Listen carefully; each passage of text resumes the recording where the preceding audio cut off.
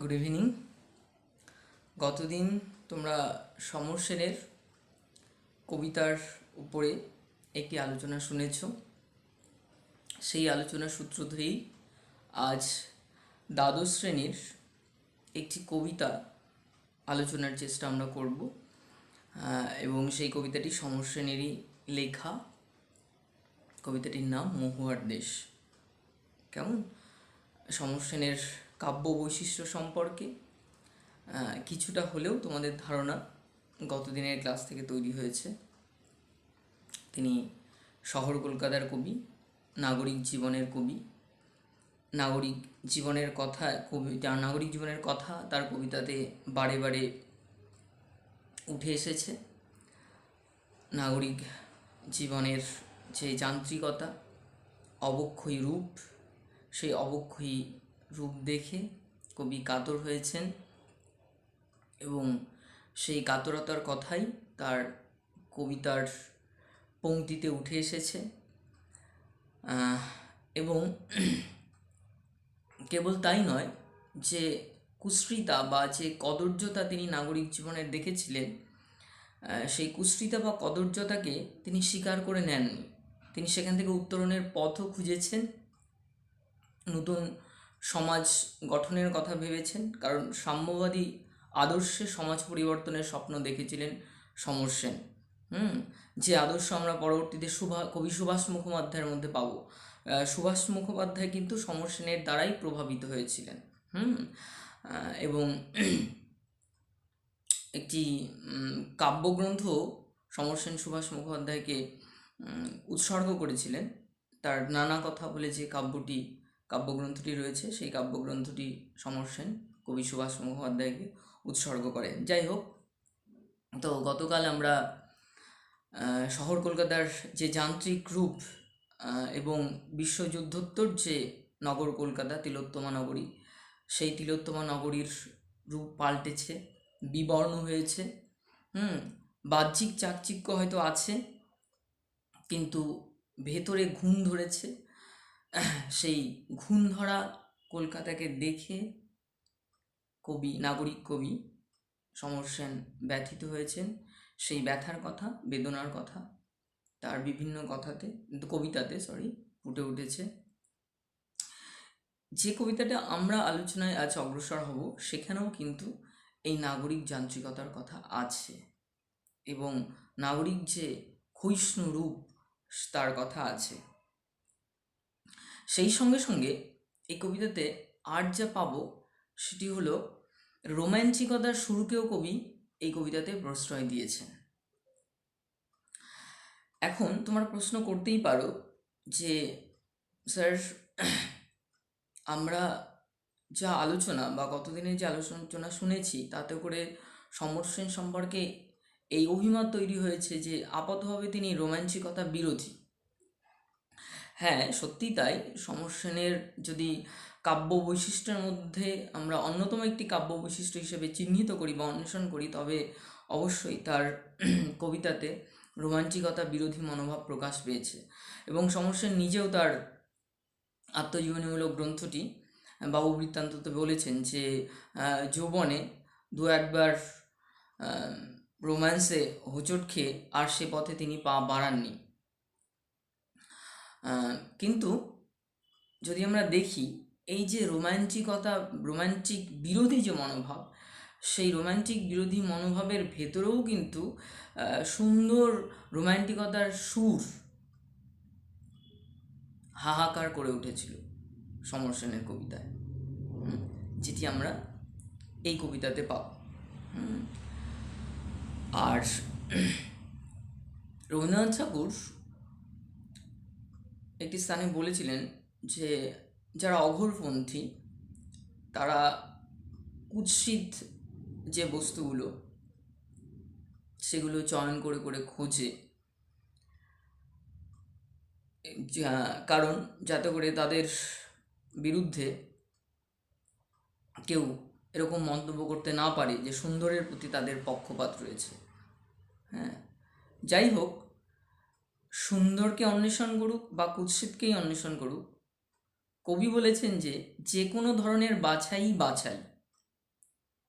হ্যাঁ, বিশ্ববিবেক রবীন্দ্রনাথ এই কথা বলছেন যে যে কোনো ধরনের বাছাই বাছাই, সেটা কুৎসিত বস্তু বাছাই করি বা সুন্দর বাছাই করি।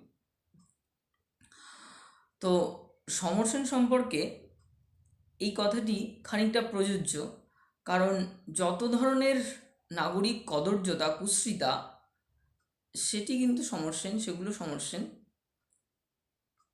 খুঁজে খুঁজে বের করেছিলেন। কিন্তু ইতোপূর্বেই বললাম যে সেই কুৎসিতাকে তিনি মেনে নেননি, সেই কুৎসিতা থেকে, সেই কদর্যতা থেকে উত্তরণের সূত্রও তিনি অন্বেষণ করেছেন। যে অন্বেষণ করতে গিয়েই তিনি অনেক সময় জীবনানন্দ দাশের সেই দারুচিনি দ্বীপের মতন মহুয়ার দেশ অন্বেষণ করেছেন। জীবনানন্দ দাশ যে দারুচিনি দ্বীপে গিয়ে নাটোরের বনলতা সেনকে পেয়েছিলেন, যেখানে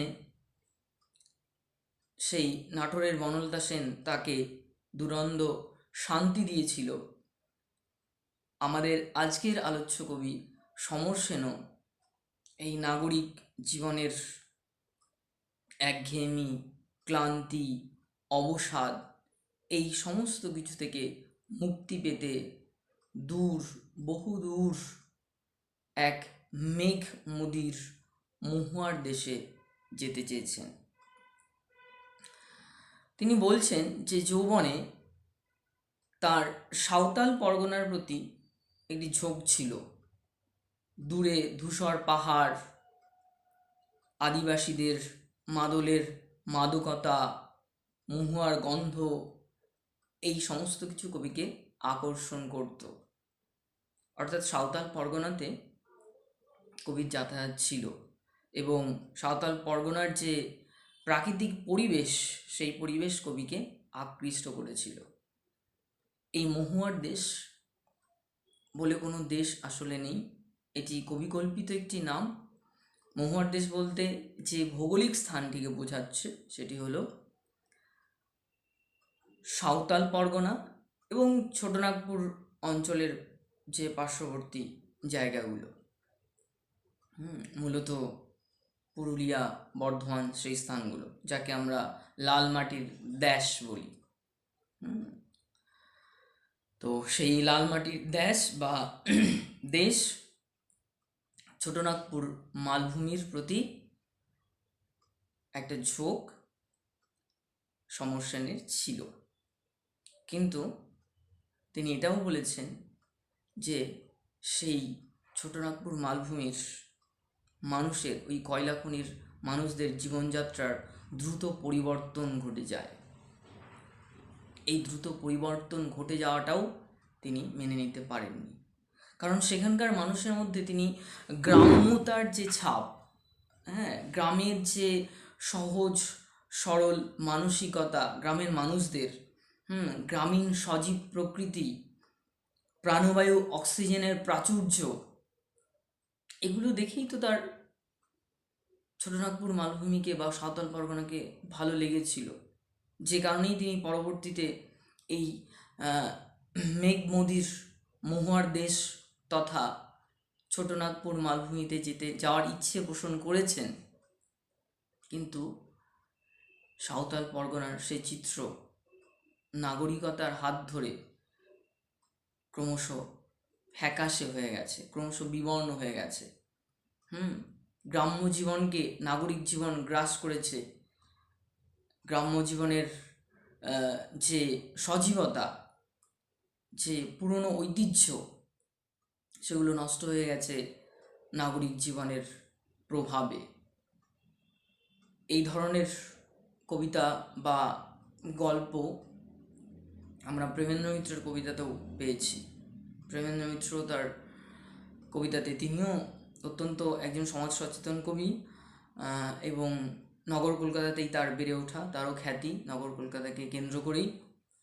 ফলত তার কবিতাতেও, তার ছোট গল্পতেও আমরা এই চিত্র পাই। যাই হোক, তো মহুয়ার দেশ কবিতাতে এই যে এক অপূর্ব অনাবিল প্রাকৃতিক সৌন্দর্যের অন্বেষণ এবং সেই সৌন্দর্য অন্বেষণে ব্যর্থতা এক রোম্যান্টিক হুতাশের সঙ্গে ব্যক্ত হয়েছে। এই কবিতাটি সমর সেনের প্রথম যে কাব্যগ্রন্থ কয়েকটি কবিতা 1937 খ্রিস্টাব্দে যার প্রকাশ, সেই কাব্যগ্রন্থে অন্তর্ভুক্ত। 21 বছর বয়সে এই কাব্য তার প্রকাশিত হয়। এবার প্রশ্ন যে কেন মহুয়ার দেশে কবির যাত্রা? কবি আর ক্ষণিকের চমকে নিজেকে ভোলাতে চাইছেন না।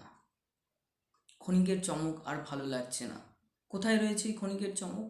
নাগরিক জীবনে রয়েছে এই ক্ষণিকের চমক। ক্ষণিকের চমক থেকে মুক্তি পেতে, যেখানে কোনো চকিত চমক নেই, আছে শুধু অনাবিল সৌন্দর্যের প্রাণ জুড়ানো বিস্তৃত বক্ষপট, সেই বিস্তৃত বক্ষপটে কবি মাইলের পর মাইল হেঁটে যেতে চান। আর কি চান? আর চান শান্তি, আর চান স্নিগ্ধতা।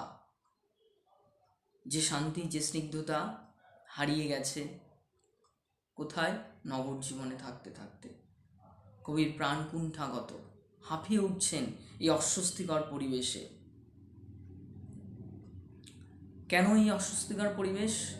কারণ কবির কাছে এখন শহরের আকাশে ধোঁয়ার ক্লেশ, আকাশে ধোঁয়ার গন্ধ, হাওয়ায় উড়োচ্ছে ধুলোর গন্ধ জীবন্ত বীজাণুর মতো। আর মহানগরীর রাত্রিও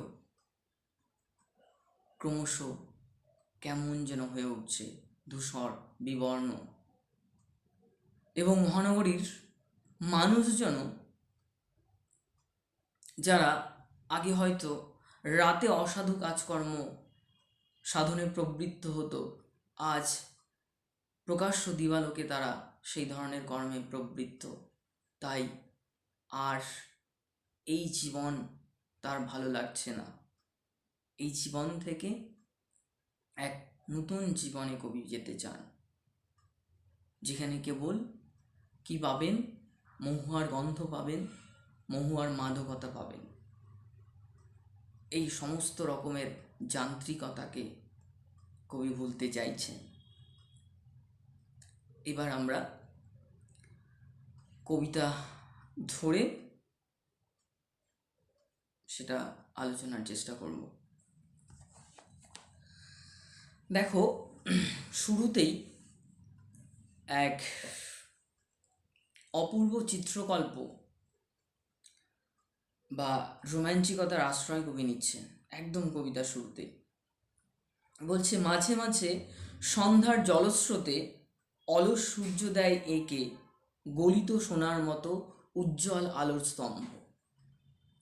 মাঝে মাঝে, সবসময় এই পরিবেশ দেখা যায় না এখন। কি হচ্ছে মাঝে মাঝে? সন্ধ্যার জলস্রোতে। কোথায় এই সন্ধ্যার জলস্রোত কবি পাচ্ছেন? গঙ্গার পাড়ে দাঁড়িয়ে কবি এই জলস্রোত লক্ষ্য করছেন। জলস্রোত মানে প্রত্যেকেই তোমরা জানো, জলের যে বহমানতা, সেই বহমানতাকে লক্ষ্য করছেন। এবং সেটি লক্ষ্য করতে গিয়ে কি দেখছেন? অলস সূর্য দেয় একে গলিত সোনার মতো উজ্জ্বল আলোর স্তম্ভ। এই সময়টাকে আমরা গোধূলি লগ্ন বলি। সূর্যের সারা দিনের যে প্রখর বা লম্বভাবে কিরণ দেওয়া, তখন সেটি খানিকটা স্তিমিত হয়ে গেছে। সারাদিন সূর্য যেন তার কর্ম সাধন করতে করতে এখন পরিশ্রান্ত। তাই এই মুহূর্তে সূর্য অলস সূর্য। সেই সূর্যের মানে পশ্চিম আকাশে যখন সূর্য পশ্চিম দিগন্তে অস্ত যাচ্ছে, তখন যে ধরনের আভা সোনালি আভা জলের মধ্যে পড়েছে, তার ফলে এক অপূর্ব চিত্রকল্প আমরা লক্ষ্য করছি। আর যা যা কিসের মতো মনে হচ্ছে? গলিত সোনার মতো মনে হচ্ছে। কাঁচা সোনা আকাশ থেকে যেন গলে গলে পড়ছে। আর আগুন লাগে জলের অন্ধকারে ধূসর ফেনায়। সূর্যের যে রশ্মিটি পড়েছে তখন, অস্তগামী যে রশ্মি, সেটা দেখে মনে হচ্ছে যেন জলের মধ্যে, জলের স্রোতটা যখন বয়ে যাচ্ছে, তখন সেখানে দেখে মনে হচ্ছে যেন, মানে জল ঢেউটা খেলছে যখন, তখন মনে হচ্ছে যেন সেই জলের মধ্যে আগুন লেগে গেছে। সেই উজ্জ্বল স্তব্ধতায় ধোঁয়ার বঙ্কিম নিঃশ্বাস ঘুরে ফিরে ঘরে আসে।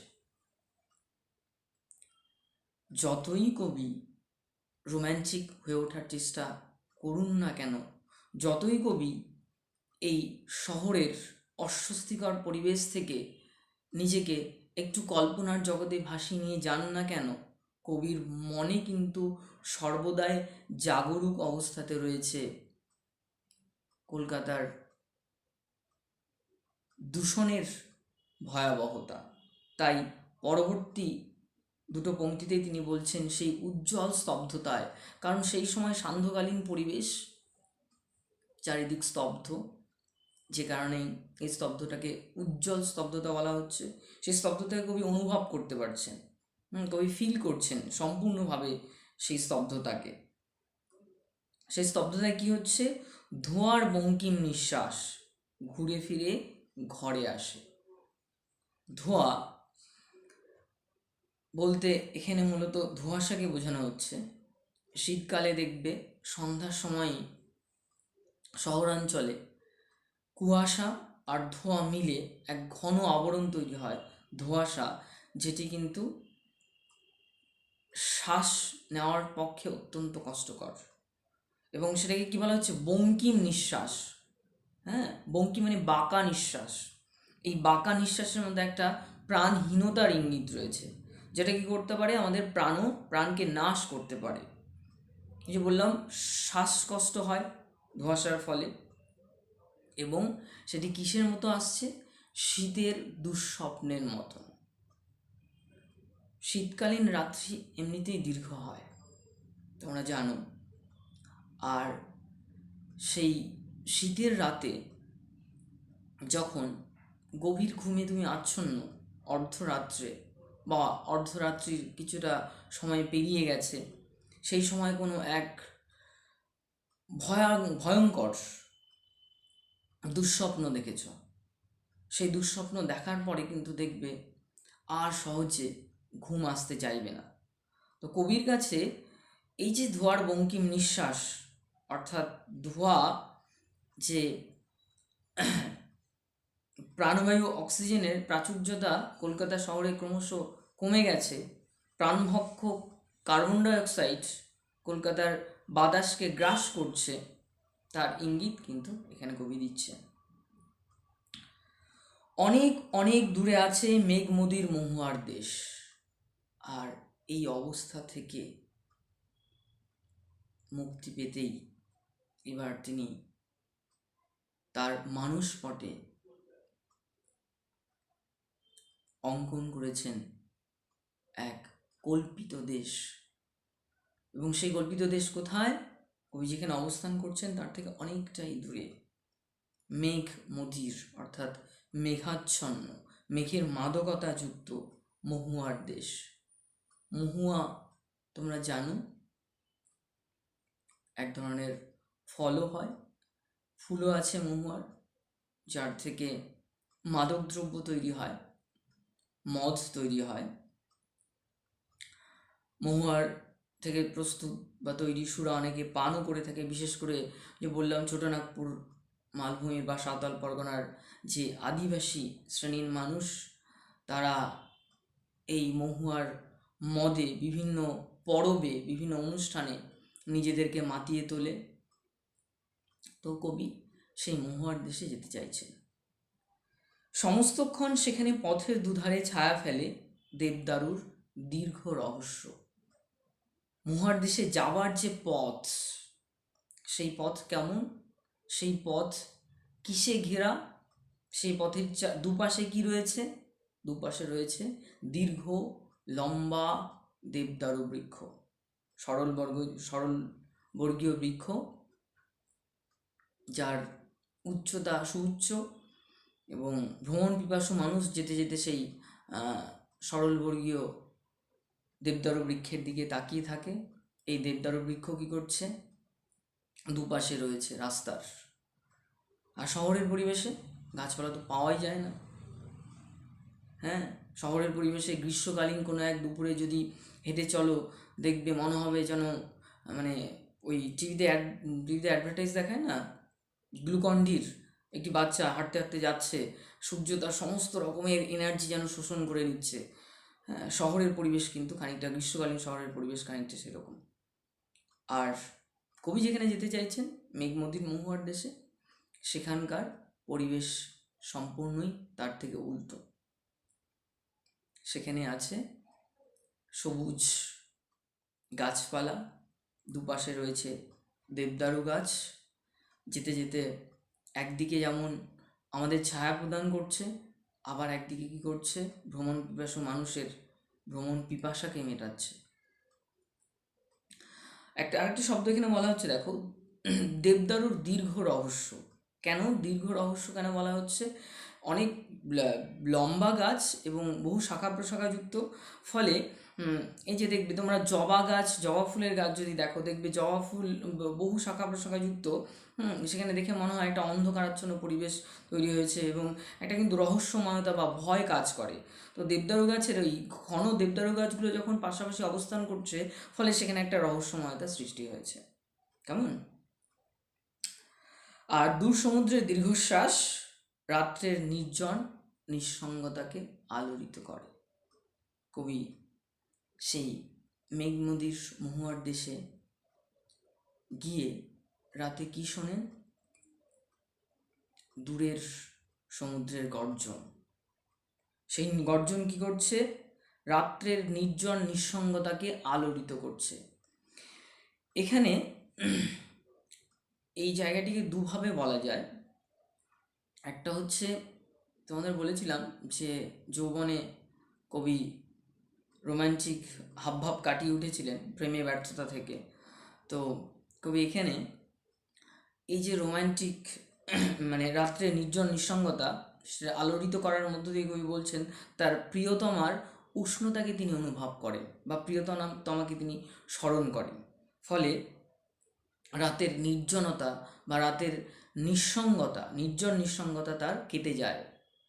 তিনি আর নির্জন বা নিঃসঙ্গ থাকতে পারেন না সেই মুহূর্তে। কেমন? আমার ক্লান্তির ওপর ঝরুক মহুয়া ফুল নামুক মহুয়ার গন্ধ। তাই কবি বলছেন তার যে অবসাদ, তার যে ক্লান্তি, তার একঘেয়েমি, এই সমস্ত কিছুর ওপরে মহুয়ার ফুল ঝরে পড়ুক, মহুয়ার গন্ধ নামুক। কবি সেখানে গিয়ে সেই আদিবাসী মানুষগুলোর সঙ্গে যেন মিশতে চাইছেন, তাদের সঙ্গে একটু মাদকতায় মত্ত হতে চাইছেন, যেন এই সমস্ত রকমের দুঃখ কষ্ট থেকে একটু হলেও প্রশান্তি পেতে পারেন। কেমন? আজকের আলোচনা এখানেই শেষ হচ্ছে। প্রত্যেকে ভালো থাকো, সুস্থ থাকো।